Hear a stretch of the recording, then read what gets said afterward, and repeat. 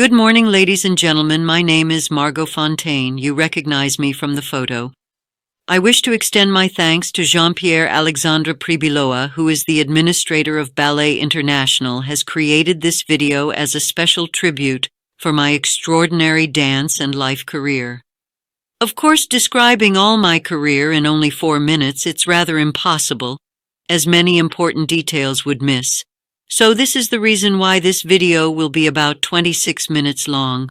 Just consider it as an interview between Jean-Pierre Alexandre Pribiloa and me. Dear dancers, dear listeners, be patient. After all, my life, my experience, my passion, my technique is essential to the young generations. It is worth you all listen to it. My original name, Margaret Evelyn de Arias. Born Hookham. I was known by the stage name of Margot Fonteyn as an English ballerina.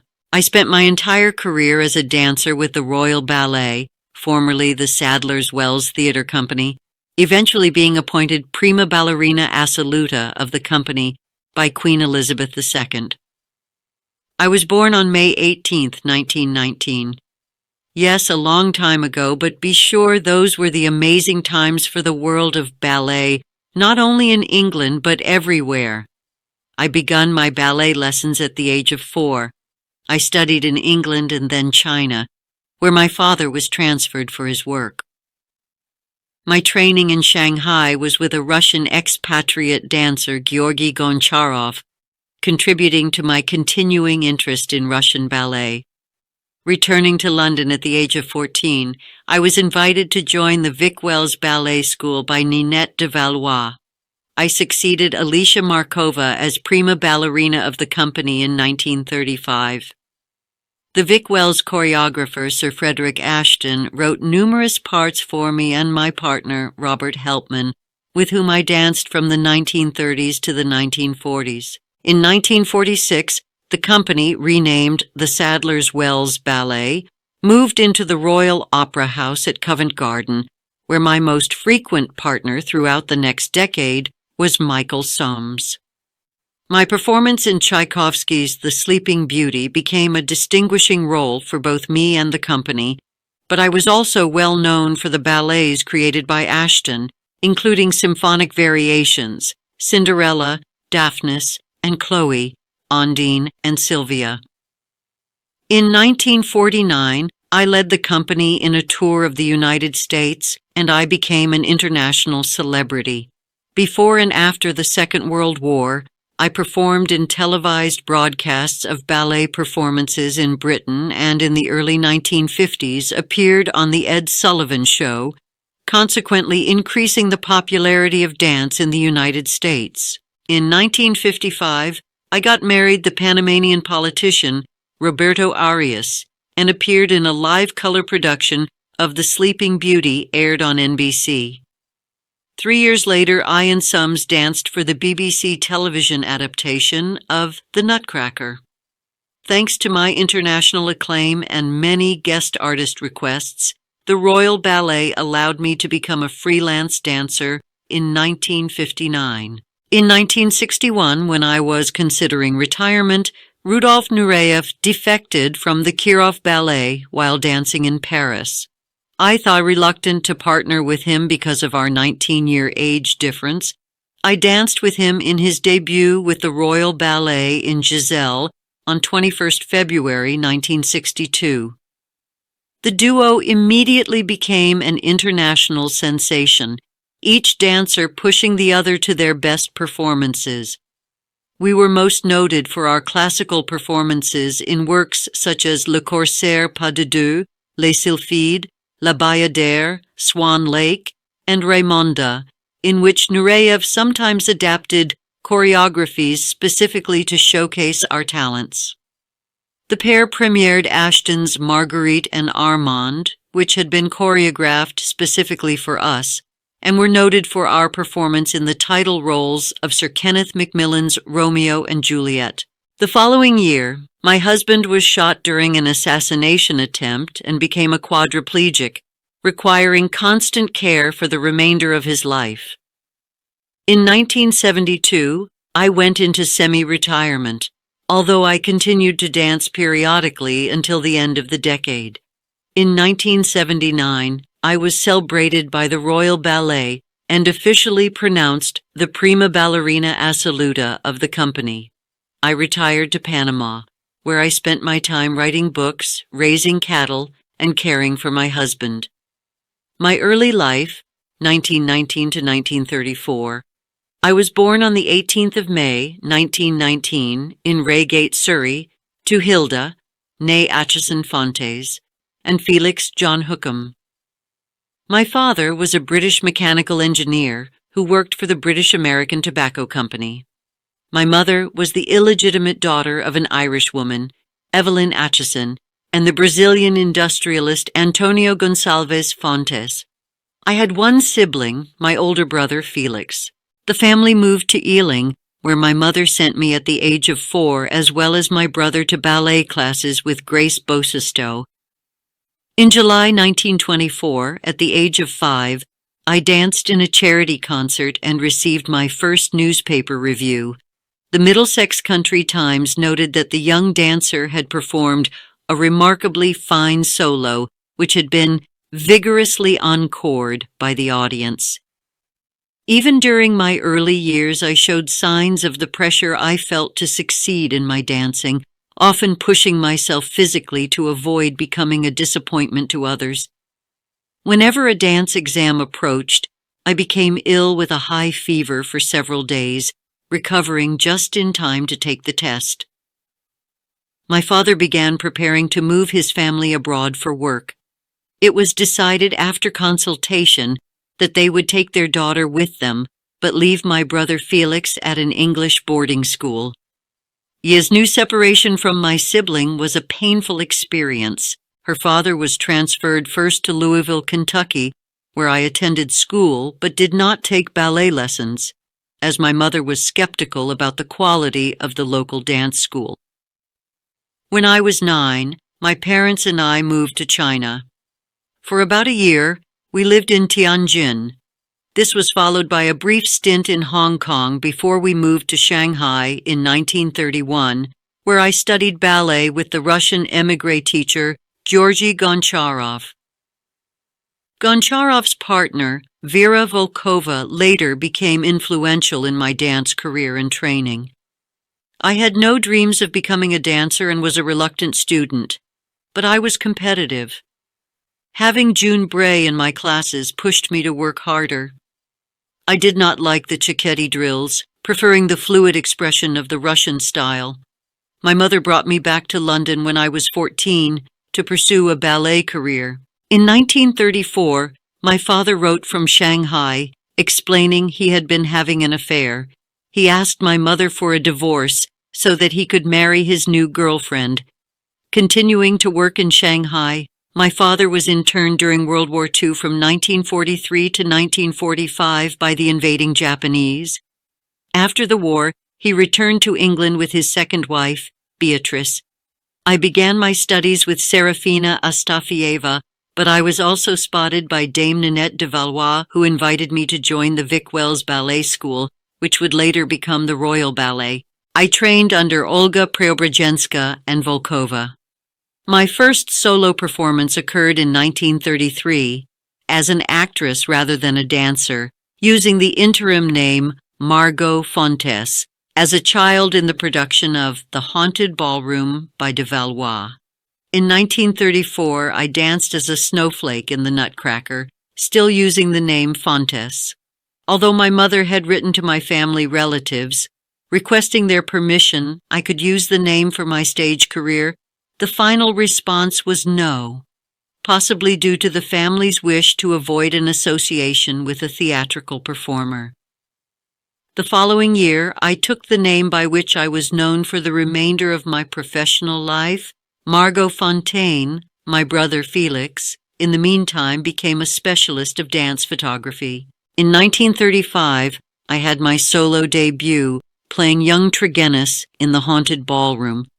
That same year, Sir Frederick Ashton created the role of the bride in his choreography of Stravinsky's Le Baiser de la Fée specifically for me.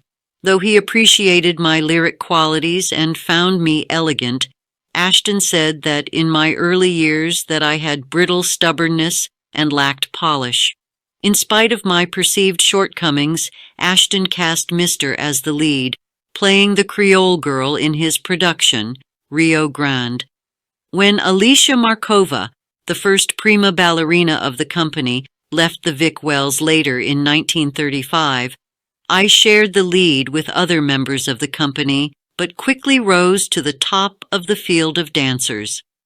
That year, I spent my summer holidays in Paris, where I studied with the exiled Russian ballerinas Olga Preobrazhenska, Matilda Kshasinska, and Lubov Egorova. I returned for further studies with them the following summers. Robert Helpmann and Margot Fonteyn, Facade, 1936.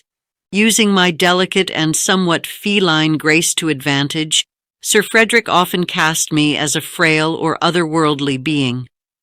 In 1936, I was cast as the unattainable muse in his apparitions, a role which consolidated my partnership with Robert Helpmann, and the same year I played a wistful, poverty-stricken flower seller in Nocturne. My success in Nocturne marked a turning point in Ashton's perception. He recognized that I could become the heir to Markova as lead dancer for the company.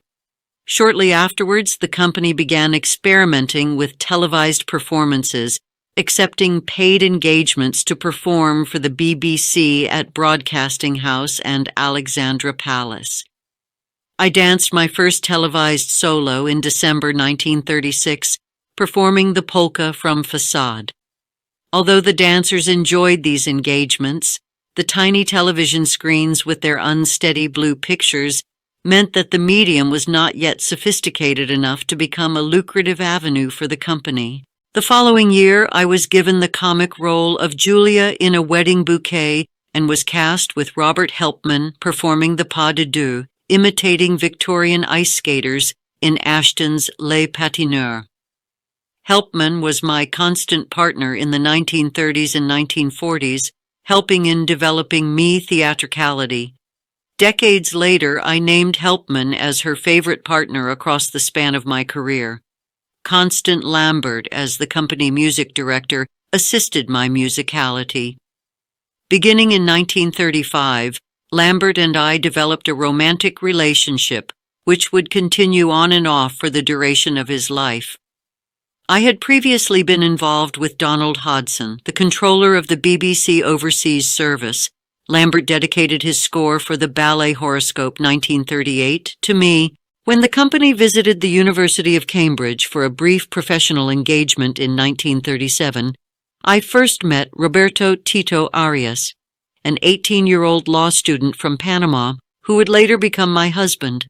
I became enamored with Arias after seeing him perform a Roomba dance at a party. The pair enjoyed their time together for the next week, but Arias then returned to Panama for the summer holidays. His lack of subsequent communication left me somehow despondent.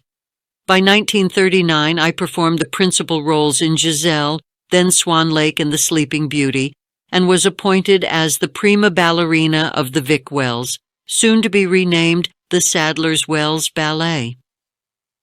My performance in Swan Lake had been a turning point in my career, convincing critics and audiences that a British ballerina could successfully dance the lead role in a full-length classical Russian ballet.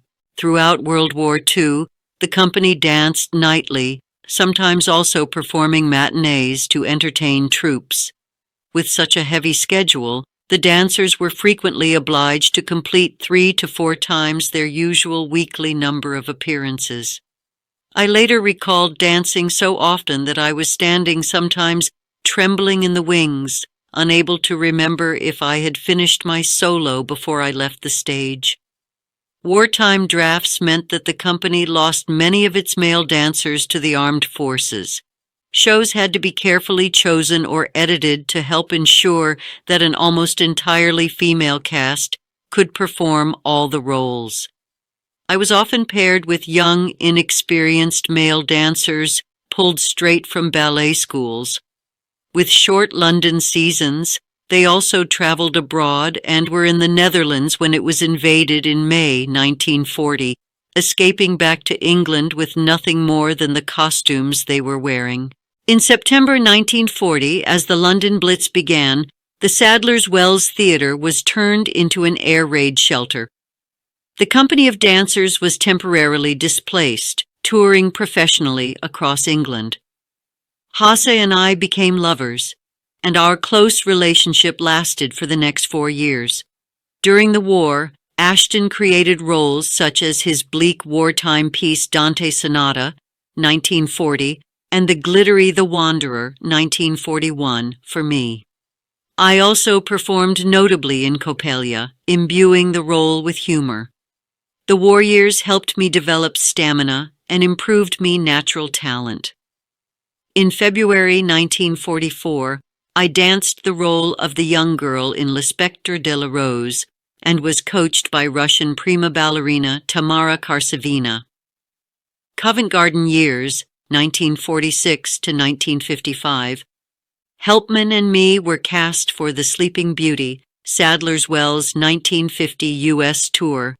In 1946, the company moved to the Royal Opera House at Covent Garden.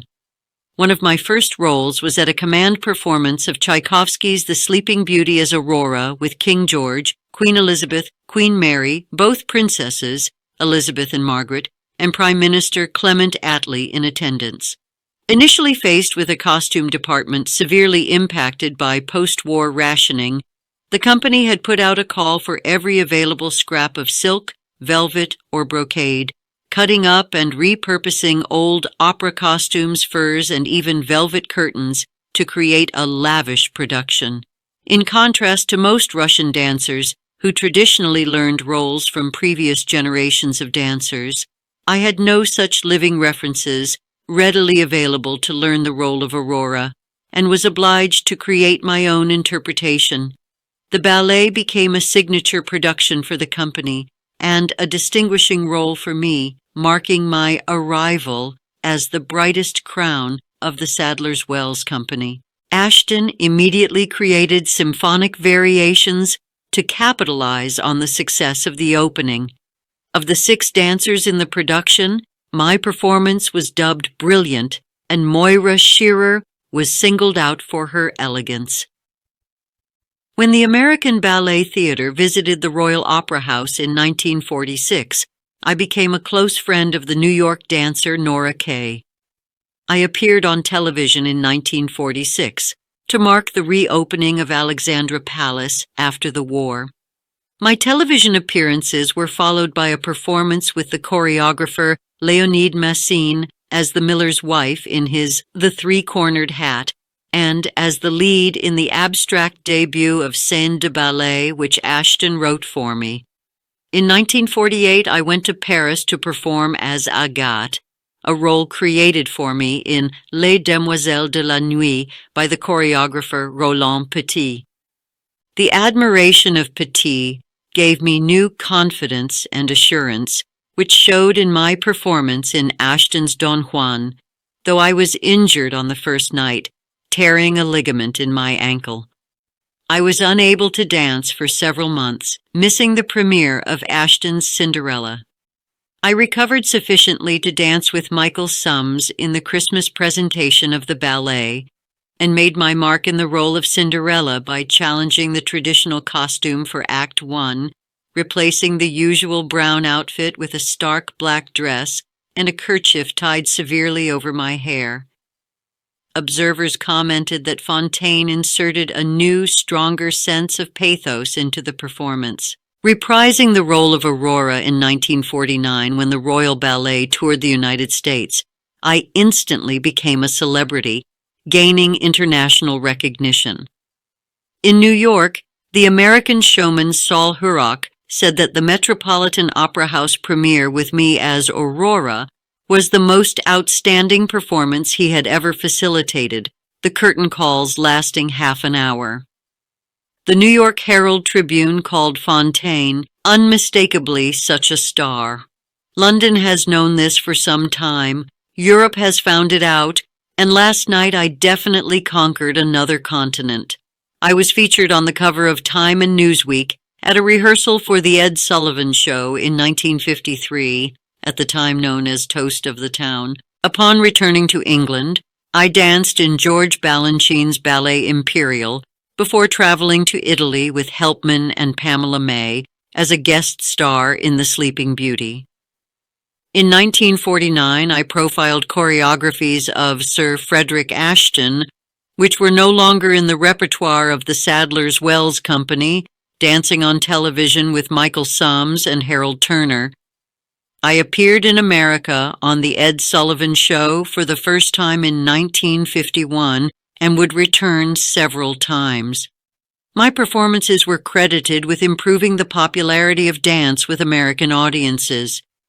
These were followed by two of my most noted roles as the lead in Ashton's Daphnis and Chloe, 1951, and Sylvia, 1952. I was honored as a Commander of the Order of the British Empire in 1951 for my contributions to British ballet. Plagued by injury, I considered retiring, especially after my most frequent partner of the 1950s, Sums, began to take less challenging roles. On an American tour in 1953, I found herself suddenly reacquainted with Roberto Tito Arias, whom I had spent time with at Cambridge University in 1937, when he surprised me with a visit to my dressing room after a performance of Sleeping Beauty. Arias was now a politician and Panamanian delegate to the United Nations. Although he already had a wife and children, Arias initiated a courtship with Fonteyn and began seeking a divorce from his wife. I returned from the American tour and in the 1954 season debuted in Entrada de Madame Butterfly, later called Entrée Japonaise, in Granada, Spain, followed by my first performance in the title role of the Firebird. I was taught the part by Tamara Karsavina, who had debuted the role in 1910. My Firebird was among my greatest achievements for my ability to use my jetés to simulate flight. As you may notice in some videos of my dancing at my time in ballet, it wasn't really necessary to lift your leg, as we see today in your modern days. Ballet was more based on a good arabesque line with 90-degree or just a bit more, but all was focused on how you would perform, how you would feel the music, what type and degree of expression you would use in the role allotted to you. Evgeny, if I had been studying with Russian ballet teachers and teachers from other nationalities, none of them were seeking or requesting the leg or foot in développés reaching the ceiling. A gigod aesthetic ballet line and strong technique with good mime and expression was making of you a prima ballerina assoluta. In 1989, shortly before the death of my husband, I was diagnosed with ovarian cancer. Having used up all my savings to care for Arias in his long infirmity, and now retired without a pension, I dreaded the ordeal. My stepdaughter, Karub Arias, cared for me and accompanied me to Houston, Texas, on my regular trips to MD Anderson Hospital. Nureyev was one of the few people I told of my health problems, and he arranged to visit me regularly in Houston, despite his busy schedule as a performer and choreographer. By 1990, I had undergone 3 operations and was bedridden. Out of money, I began to sell my jewelry to pay for my care, and Nureyev anonymously helped me to pay the bills.